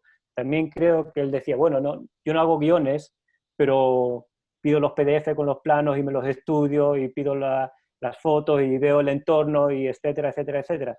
Bueno, pues no harás un guión en el sentido de un guión tradicional, pero haces un guión. Es decir, te anticipas a lo que vas a hacer. Al final eso es un guión, anticiparse un poquito y pensar las cuestiones, visibilizarte allí, intentar como cuando estés allí lo vas a hacer mejor y vas a aprovechar mejor tu tiempo. Así que realmente creo que la arquitectura y nosotros con nuestros documentales lo que queremos aportar es un impacto en la academia, en los jóvenes arquitectos, y que entiendan que hay muchas formas de practicar la arquitectura, que no todo tiene que estar sectorizado a un encargo, un diseño, un anteproyecto, un proyecto. No, aquí esto empieza a funcionar de una forma muy distinta. Hubo una disrupción de la tecnología, tiene que haber una disrupción de la arquitectura en un momento dado. Y la está habiendo, simplemente hay que ver en qué casos y cómo. Y solo acotar una cosa más. ¿Y en qué momento tú, Mario, te diste cuenta que el video o el cine era el camino, ¿no? Porque tú como arquitecto podrías haber, ¿no?, pensado desde la academia. No hay mejor forma de contar algo. No hay mejor forma de contar algo que sea el video. No la hay. No la hay. Un video te resume, puede haber un video de 2 minutos, 5 minutos, 1 hora. No la hay. Nosotros necesitamos hacer videos de 1 hora y media porque eso nos permite que nos consideren documentales y nos permite acceder a pantallas grandes donde se convoca un público. Eso es lo que nos interesa. Y que ese público que se convoque después se quede hablando y diciendo, uy, mira lo que vimos, qué raro, y si hacemos, y no sé qué. Y de repente como prender cierta semilla. Por ahí va. Por eso nos interesa también retratar cuestiones, arquitectura o movimientos desde un punto de vista optimista. No queremos hacer documentales de la crítica, incidir en la crítica. Queremos hacer documentales donde incidimos en ciertos descubrimientos para que alguien los pueda agarrar y hacer los propios y desarrollarlos a su forma. Y no hay otra forma mejor que contar algo que sea el video. Uno no sabe cómo editar, prende YouTube, hay un video, hay un tipo que te explica, vale, es un video básico de una entrevista, un tipo que te explica, pero al final si esto le puedes empezar a sumar información y capas y capas y capas, y eso, qué bonito.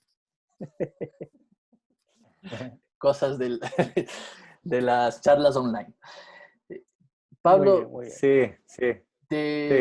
te pregunto un poco, no sé si quieres comentar un poco esto que dice Mario. ¿Tú también tienes esa sensación de que el video explica mejor que la fotografía? ¿Será que debo replantearme y tratar de pasarme al video para poder explicar mejor las cosas? Mira, depende. O sea, al final depende en qué problema te quieres meter. Depende cómo quieres contar, porque finalmente lo que hace Mario es reflejar sus inquietudes, es reflejar quién es él y quién es Klivadenko, ¿no? Su socia. Son ellos los que, finalmente, cuando uno, lo que decía antes Mario, que tiene toda la razón cuando dice, en la fotografía cuesta mucho reconocer que esta foto la sacó Iwan Van, ahí sí se nota, porque por lo general se la saca el helicóptero, pero es muy difícil. En cambio, en la imagen, ¿no es cierto?, en el cine se nota el tiro a un Wim Wenders, se nota el tiro no sé, a un Antonioni, a un Christopher Nolan, etc.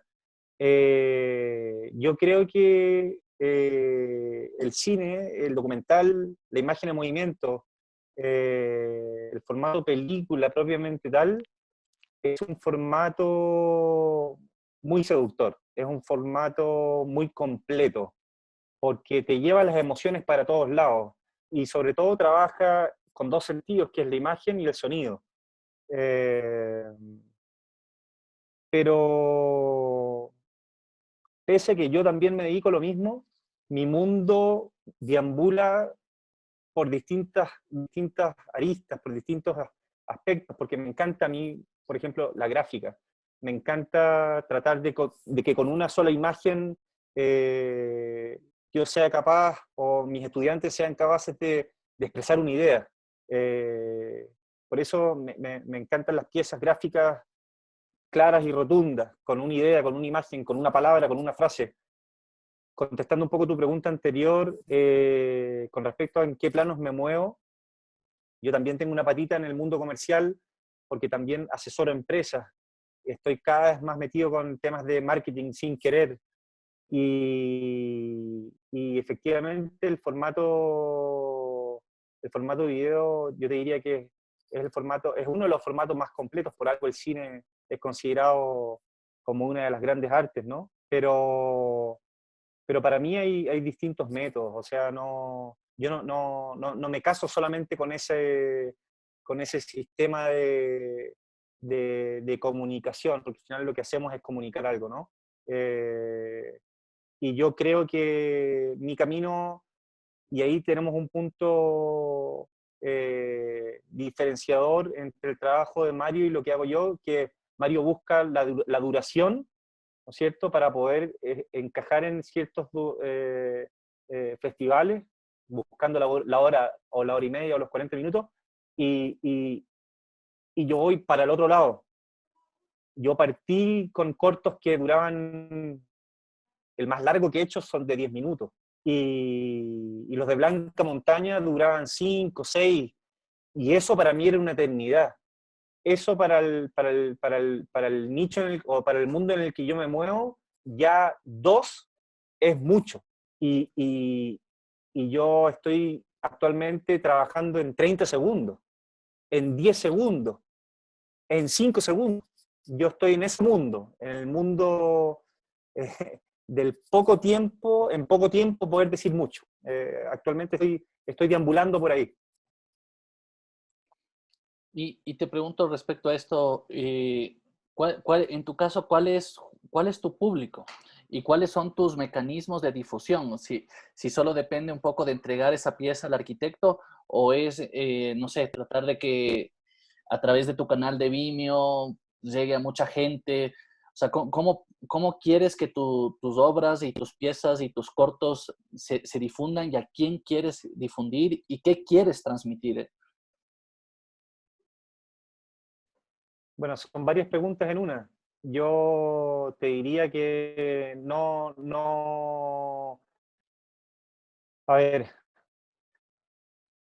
yo no me quiero preocupar de eso. Yo me tengo que preocupar de eso, porque finalmente mis clientes, que son los arquitectos, por un lado, les encanta que su obra se publique, les encanta y sueñan con estar en Wallpaper, estar en Domus, estar en Arquitectura Viva, estar en Architectural Record. Entonces mi misión no es solamente en el caso de la fotografía hacer las fotos lo mejor posible, sino que está, por un lado, en la difusión, en cómo yo muevo esos contenidos, en ese caso, que es algo como que me he tenido que obligar a hacer. Al principio a mí cuando me preguntaban, oye Pablo, ¿y tú tienes contactos en editoriales? ¿Tú mueves las obras después? Yo decía, no. Yo hago la foto y yo te la entrego, y ahí, that's your business. Pero poco a poco me he dado cuenta de que esa es una gran necesidad, y de la cual los fotógrafos nos tenemos que hacer cargo. Eso es por el lado de la foto. La fotografía los arquitectos la necesitan para publicaciones editoriales, para su página web, para sus Instagram, que hoy prácticamente es la nueva televisión, y por supuesto para charlas, que es un tema que no hemos hablado, para conferencias, etc. El formato película yo lo divido en 2 lados, o en 3, que quizás están los festivales, ¿no? Que hoy por hoy yo no los busco necesariamente, sino que tampoco ellos me buscan a mí, sino que por ahí nos vamos encontrando en el camino. Por otro lado están mis clientes más de empresas, más de marcas, que ahí mi cliente final es el cliente final de mi cliente, ¿no es cierto? Y ahí la difusión de ese contenido se encarga a él. Pero por otro lado están los cortos que yo elaboro para arquitectos, que finalmente van a parar en charlas, van a parar en las páginas web de ellos, van a parar en el servicio de almacenamiento que yo tengo, que es Vimeo, pero para mí Vimeo yo no trabajo tanto con Vimeo. Todavía yo no me he metido en el pay-per-view, todavía yo no me he metido en sesiones de derecho, en estar como teniendo una ganancia por reproducción. Mi búsqueda por ahí todavía no va por ahí. Mi búsqueda hoy está básicamente por satisfacer una necesidad de mi cliente arquitecto y una necesidad de mi cliente marca, empresa, lo mejor posible. Y dentro de los plazos que se estimen convenientes. Eso te diría, Seba. Y ahora, yo sé que es otro mundo un poco este del cine, Mario, pero quería preguntarte también cómo ha sido el tema de la difusión, de la distribución. ¿Qué recepción ha tenido esta primera película que ustedes hicieron acá en el Ecuador? ¿Están satisfechos con el resultado también, ¿no? Porque uno puede muchas veces invertir muchísimo tiempo, ¿no es cierto?, en la producción, en conseguir los fondos, y después llega el momento ya de, sobre todo en el cine, ¿no?, de después distribuirlo, difundirlo, y a veces llega, a veces no llega, a veces se queda en unos círculos muy chiquititos, en unas élites de cinéfilos. ¿Cómo ha sido un poco su experiencia en este sentido? La experiencia fue empezar a hacerlo sin tener mucha idea. Por suerte, Kate es periodista, entonces aún sabe que todo parte de una nota de prensa e intentar comunicar lo que hiciste. Por ahí hay que empezar a buscar los festivales y el primer año así fue, empezar a buscar los festivales, investigar qué tipo de cine están mostrando. Resulta que festivales de cine de arquitectura cada año hay más. No sé si había unos 30, este año habrá unos 40. Cada año hay más, hay más, hay más, hay más. Por lo general son festivales que reciben muchas obras, pero tu entrada a ese festival, si haces una obra medianamente buena, con un sonido bueno, pulcro y demás, es posible que entres. Y nuestra entrada fue por ahí, festivales de cine de arquitectura. Resulta que nos encontramos con una sorpresa, que el tercer festival fue el de cine de América Latina de Toulouse, que es un festival muy conocido en Europa y que no tiene nada que ver con la arquitectura. Y de repente hemos visto que llenábamos una sala de 200 personas donde no había arquitectos y donde todos te hacían preguntas al final y les interesaba cierta cuestión. No les interesaba al final la cuestión de Ecuador, que también les interesaba la cuestión como de la gente que en verdad hacía cosas y ya que veía el problema ahí al lado, cómo no lo enfrentaba. Y eso es un mensaje que cada uno puede hacer suyo, independientemente de donde viva. Y después de 6 meses, 8 meses de estar en los festivales, dar la lata, ir a los festivales, presentar la película, etc., vas conociendo un poquito el circuito y viene un poco la segunda oleada de festivales que ya son ojeadores que van a estos festivales, entonces ya te empiezan a llegar las invitaciones. Pero llega un momento que nosotros ya no postulamos a festivales y la película en festivales tuvo una duración de 2 años. Cuestión que es bastante buena. Y por otro lado, gracias a la parte de los festivales, hay mucha gente que viene de la academia a los festivales y hubo muchos profesores que empezaron a hacer como, se sumaban al mensaje, ellos investigaban como por ese lado y hemos empezado, hubo muchas exposiciones en muchas universidades. Muchas que venían por el lado de los festivales que entendían eso y otras muchas obviamente por la relevancia que tiene un grupo como Al Borde.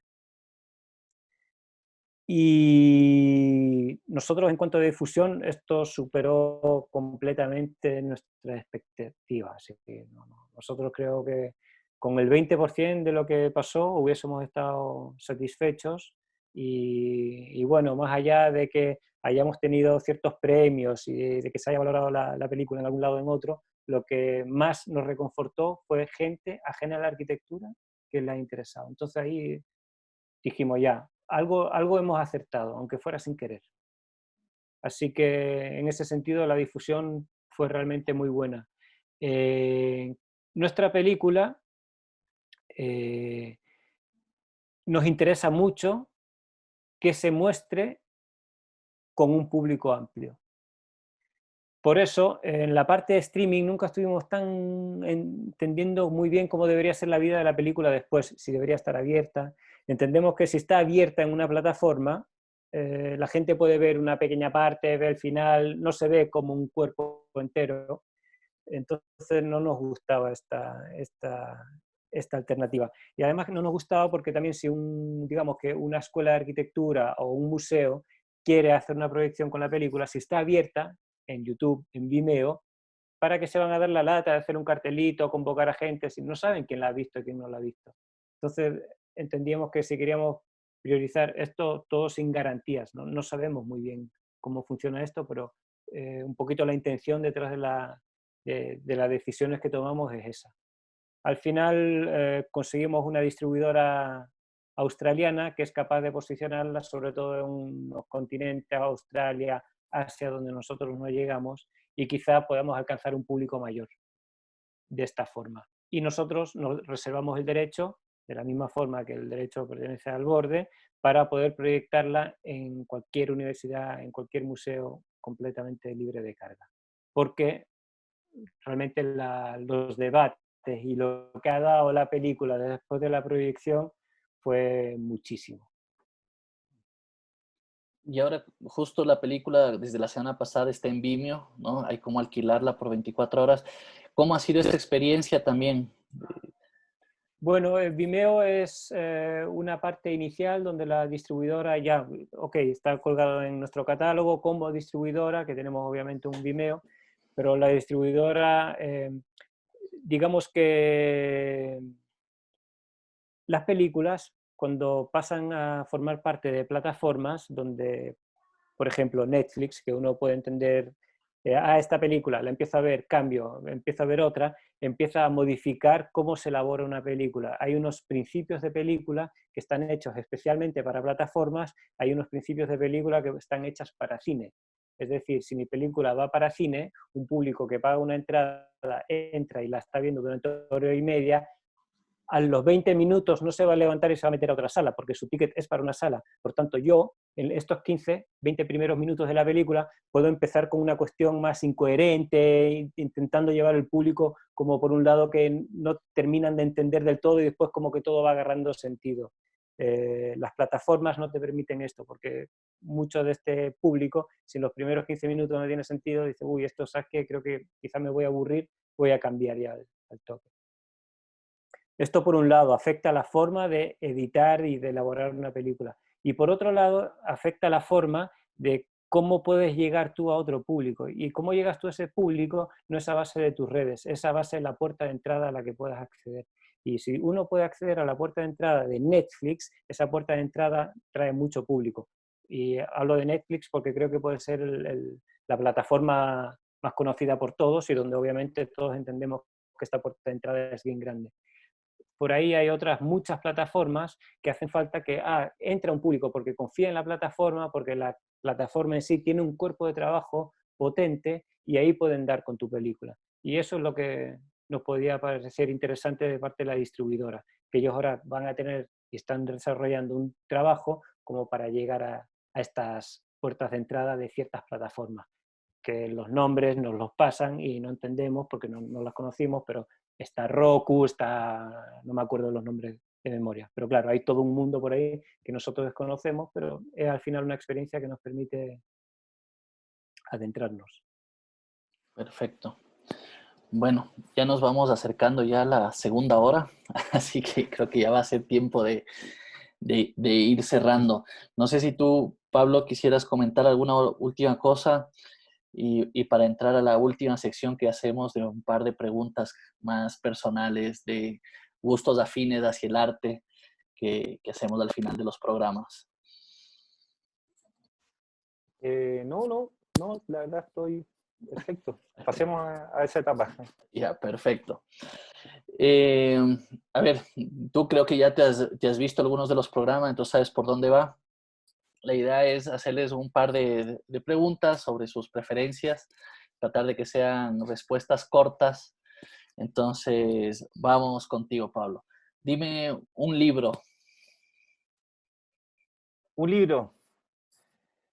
Ah, el perfume. Vamos, un lente. 50.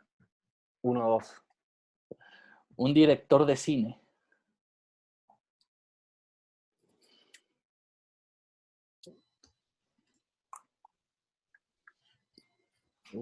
Kubrick. Una comida.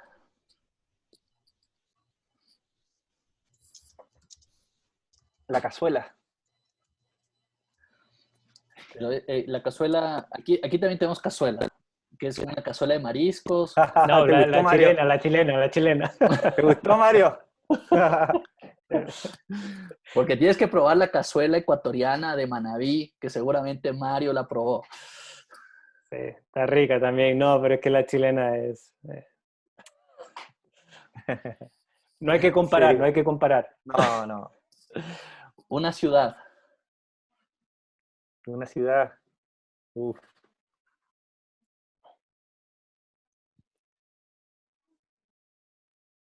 Nueva York. Un arquitecto. Arquitecto. Ese es difícil. Ese siempre suele ser difícil. Difícil pregunta.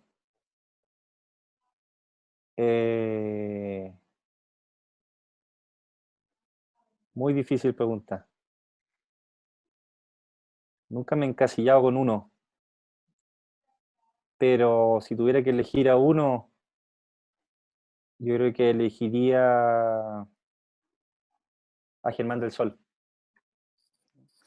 Y por último, un fotógrafo. Un fotógrafo. Uf, también. Es como lo mismo que el anterior, pero ¿qué te digo? No necesita ser de arquitectura, puede ser de... No, no, no. Andreas Gursky. ¿Ya? Y perfecto. Ahora vamos contigo, Mario. Ahorita ya tienes, ya sabes por dónde va. Si tuviste tiempo Sí, de pensar un poquito. A ver, un libro. tengo todo claro. Cuando éramos jóvenes, de Patti Smith. ¿Ya? Un lente. Un 35, yo me quedo con 35. Un director de cine. Un director de cine. Diría Ilbeca y Lemoine, no sé cómo se produce muy bien el segundo nombre, pero es esta pareja que retrata arquitectura y desde el primer momento han encontrado su foco y siguen con eso y están haciendo unas obras increíbles. No sé si las conocen, pero... Sabes Sí, sí, que sí. justo Pablo el otro día conversando nos recomendó, yo no las conocía y justo me pareció súper interesante el trabajo que están haciendo ellos. Pero chévere. Ahora, los tipos empezaron y siguen con lo mismo y en verdad es súper interesante su enfoque, digamos. Chévere. Una comida. Yo me quedo con la pasta. ¿Pasta sola o con algo? En cualquier... Mira, ¿Con una en verdad, salsita, con unos mariscos, con algo o no? generalmente si uno hace un asado o hace algo así al horno, el hecho de lo que sobre, mezclarlo el día siguiente con una pasta, para mí no puede haber algo mejor. Sí, Sí, realmente, es lo mismo que yo siempre digo, la pasta recalentada es fantástica. sí, eso es. Una lasaña recalentada es lo mejor. Y una Pero pizza, nada que... hay que hacerlo un día antes, lo que pasa es que uno es como las entregas de los concursos, llega al último momento. Ansioso, la ansiedad.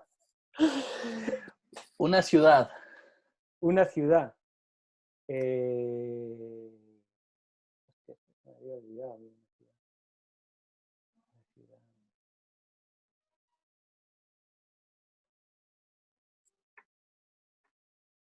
Diría Cádiz, Cádiz. ¿No? Cádiz. Un arquitecto.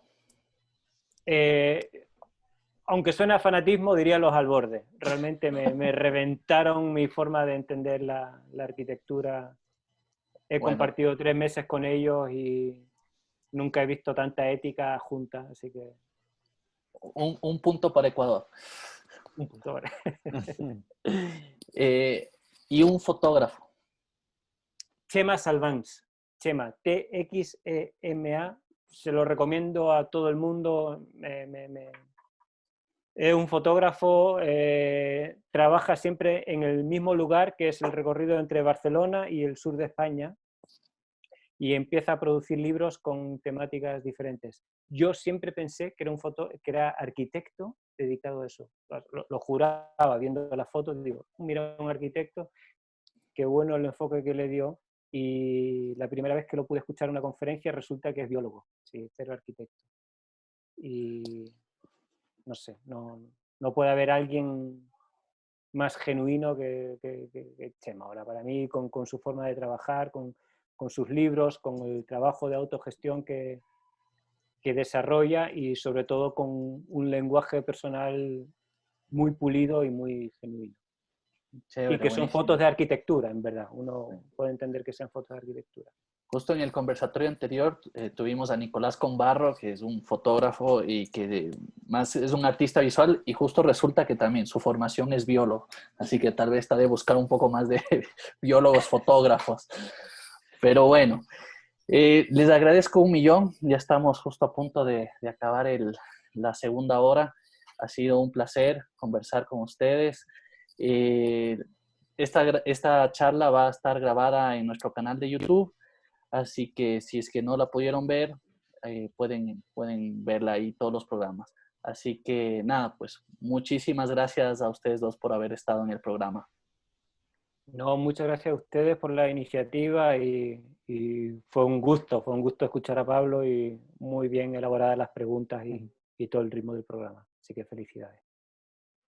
Muchas gracias, Seba. Muchas gracias a todos. Chévere. Bueno, ha sido un placer a todos los que nos han escuchado y bueno, estaremos en un siguiente programa de Enfoques y gracias. Chao. Chao, chao. Chao, chao. Buenas noches, buen día.